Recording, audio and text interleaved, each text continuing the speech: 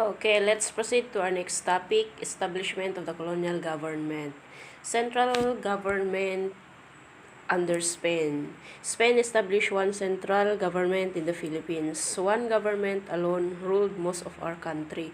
So here, first time in history, we became united as one. So next, the Philippine territory in Spanish times. There are differences in the territory ruled by the central government then were as follows. First, the island archipelagos of Guam, the Marianas, the Carolines, and the Palos in the South Pacific were included in Philippines territory during Spanish times. These islands are now separated and no longer part of Philippines. Most of Mindanao and Sulu were excluded.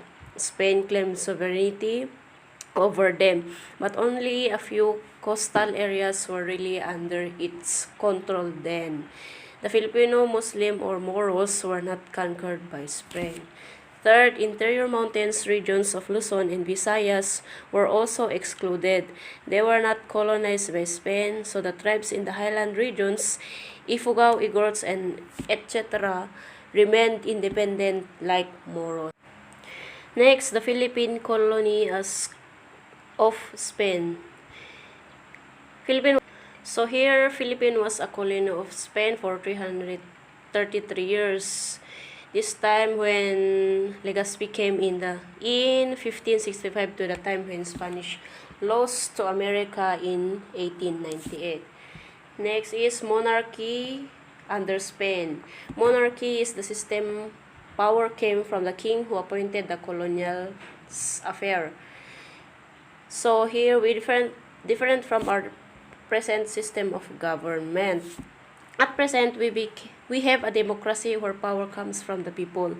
The people can change their public officialism is a democracy. The monarchy of Spain was inherited at the time, so we cannot change who ruled over us. So next is the Mexican Viceroy. In 1821, the Philippines was really ruled by Spanish Viceroy in Mexico in the name King. After the Mexico got independence, the Philippines was ruled directly from Madrid to Viceroy. In 1821, the Philippines was really ruled by Spanish Viceroy in Mexico in the name King. After the Mexico got independence, the Philippines was ruled directly from Madrid to After the Mexico got independence, the Philippines was ruled directly from Madrid, Spain. So next is the Spanish government general. Represented the King of Spain in the Philippines.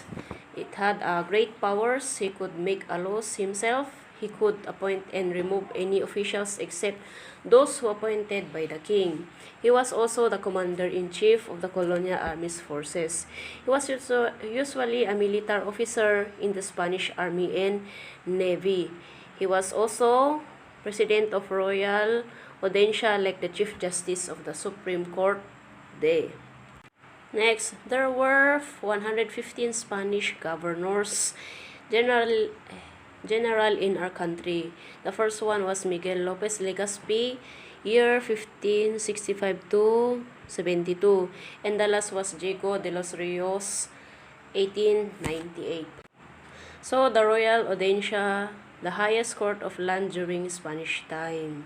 It was equivalent to the Supreme Court then. It ruled the country temporarily when the governor-general died or was absent. Next is laws. The laws of Philippines was made by Spaniards.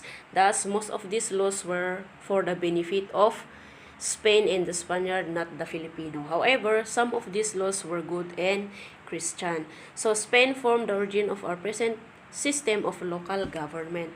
Next is the country was divided into provinces with towns and cities. The cities had their own government called Ayuntamiento. The city council, known as Cabildo, was headed by the mayor alcalde. The Spanish cities, they were Manila, Cebu, Nueva Cesares or Naga. Nueva Segovia or Lalok, Cagayan. Arrival, Nueva Fernandina or Vigan, Jaro, Batangas, Albay, and Legazpi. The provinces or alcaldes were group of towns and barangays. There were 19 provinces.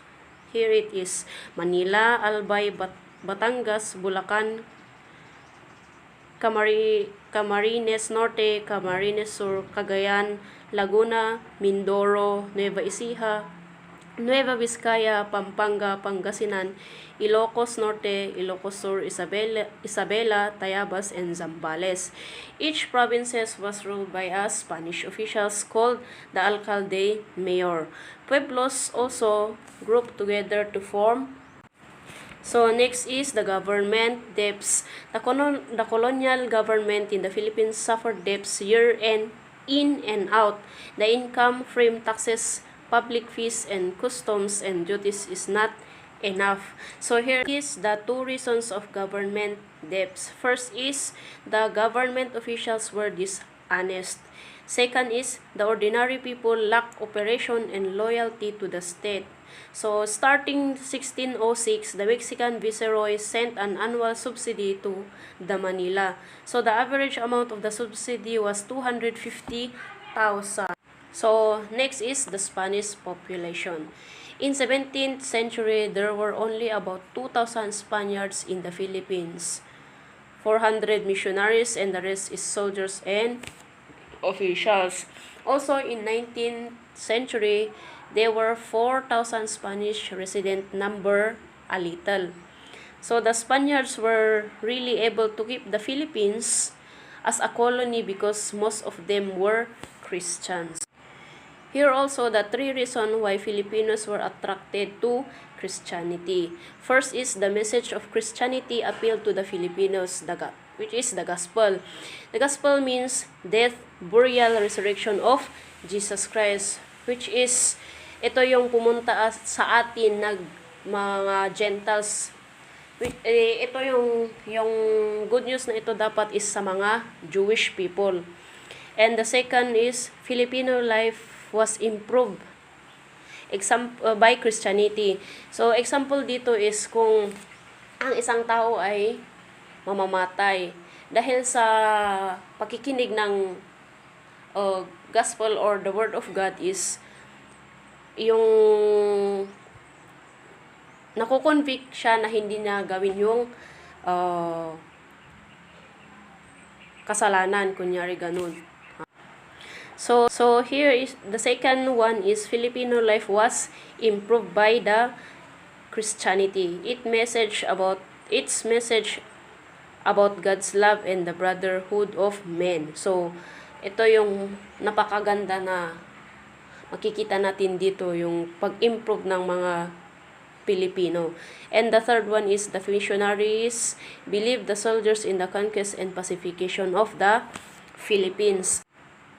So next is church organization. So yung head ng church organization is the Archbishop of Manila. He was appointed by the law upon recommendation of the Spanish king. So the first bishop in Manila is Monsignor Domingo de Salazar. Next is the power of the church. During the Spanish times, the Catholic Church was officially religion of the people. So this Catholic Church is the universal church. It became Roman Catholic or Anglican Church because of the Protestant, which is Constantine. So no other religion was allowed to exist. This practice of allowing only one religion in the country is called the union of the church and state. So it is a universal church because of the word church and state. Kasi ngayon, yung church na is sumaperate na sa state or sa gobyerno. So yung church hindi na pwedeng or yung government hindi na pwedeng i-rule ang isang church. So dahil dito, so I will emphasize the word Catholic Church. Dito, nahati kasi yung Catholic Church, which is the universal, because of the Protestant Constantine. As I have said a while back, si Constantine kasi is dahil sa mga beliefs or yung mga ibang mga practices is hindi yung mga practices ng isang church ay hindi intact dahil doon sa Protestant. Kasi yung mga iba is gusto nilang sumama sa isang church, ganun. Ay, shims. So, I will elaborate more about the Universal Church. Yung Universal Church, which is the Catholic Church, is nahati. Ito yung Roman Catholic or Anglican. Also, yung Roman Catholic is nasa Rome, kaya naging Roman Catholic. At yung Anglican is nasa Turkey, kasi nahati sila. Dahil alam naman natin yung ibang rason kung bakit nahati sila. Yung ibang rason is, yung basic reason is, yung bishop or yung tagapamahala ng Roman Catholic is hindi pwedeng mag-asawa. Pero doon sa Anglican is pwedeng mag-asawa yung tagapamahal or yung bishop nila. So next is the only Christian nation in Asia is Spanish dream of an empire in Asia started with the conquest of the Philippines. So the first or the only Christian nation is the Philippines, no other country. So next is why Spain kept the Philippines. The Spain kept the Philippines because they were reminded of their obligations to spread Christianity. First found in the last will and testament of Queen Isabel I, the greatest queen of Spain in 1504.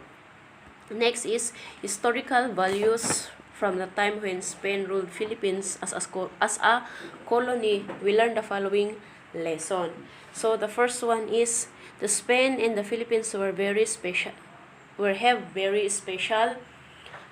relation. The Philippines was the greatest colony of Spain. Dito is yun yung Christianity na pinunta ng mga Spain dito sa Pilipinas. So next is the Spain introduced two good blessings: the centralized government and the Catholic religion, which is the universal church, as I have said. The third one is the interior mountains tribes and Muslim Filipino or the Moros were not conquered by the Spain. And the fourth one is we must remember that we fought to win our independence. We have our government now and our country is already free. So the last one is Christianity was the real secret behind the power of Spain. Most Filipino accepted Spain because of the good work of early Spanish missionaries and the appeal of the gospel of Christ.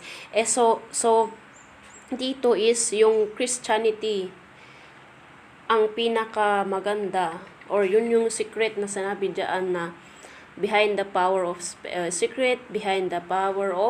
Spain. So Filipino accepted them or the Spain because of the Christianity. So that is the establishment of the colonial government. Thank you.